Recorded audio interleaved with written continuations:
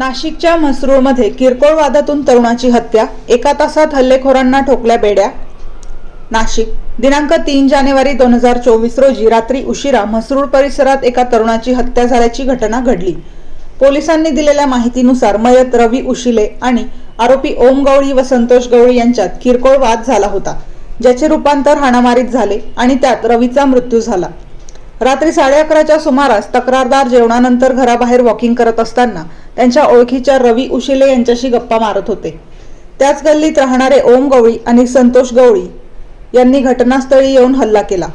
ओम गवळी याने चॉपरने वार केले तर संतोष गवळी याने लाकडी दांडक्याने मारहाण केली। या मारहाणीत रवी उशिले यांचा मृत्यू झाला। घटनेची माहिती रात्री गस्तचे अधिकारी पोलीस उपनिरीक्षक गजानन जोशी यांना मिळाली की अश्वमेध नगर येथे खुनासारखा गुन्हा घडल्याची माहिती मिळाली। ते तात्काळ घटनास्थळी पोहोचले।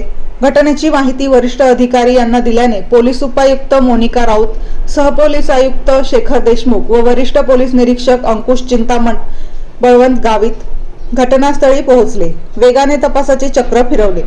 आरोपी यांचा शोध दरम्यान गोपनीय माहिती आधारे आरोपी हे विल्लोळी येथील सीएनजी पेट्रोल पंपाच्या मागे लपून बसले आहेत।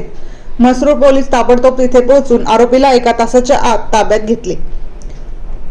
या घटनेनंतर मयत रवी उशिले यांच्या कुटुंबियांनी ओम गवळी आणि संतोष गवळी यांच्या विरुद्ध म्हसरूळ पोलीस ठाण्यात तक्रार दाखल केली आहे। म्हसरूळ पोलीस ठाण्याचे प्रभारी अधिकारी वरिष्ठ पोलीस निरीक्षक अंकुश चिंतामण हे या प्रकरणाचा तपास करत आहेत। या घटनेमुळे परिसरात काही काळ शांतता होती, मात्र पोलिसांनी परिस्थिती नियंत्रणात आणली आहे।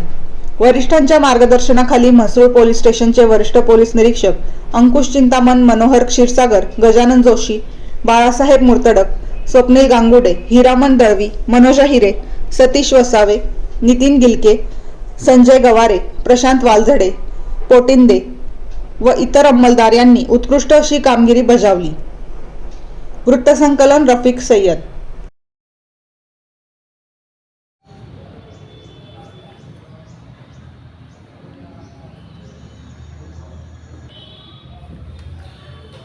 काल दिनांक 3 जानेवारी रोजी रात्री 11:30 ते 11:45च्या सुमारास म्हसरूळ पोलीस स्टेशन हद्दीमधील अश्वमेध नगर येथे किरकोळ कारणावरून रवी उशिरे या 22 वर्ष वयाच्या युवकावरती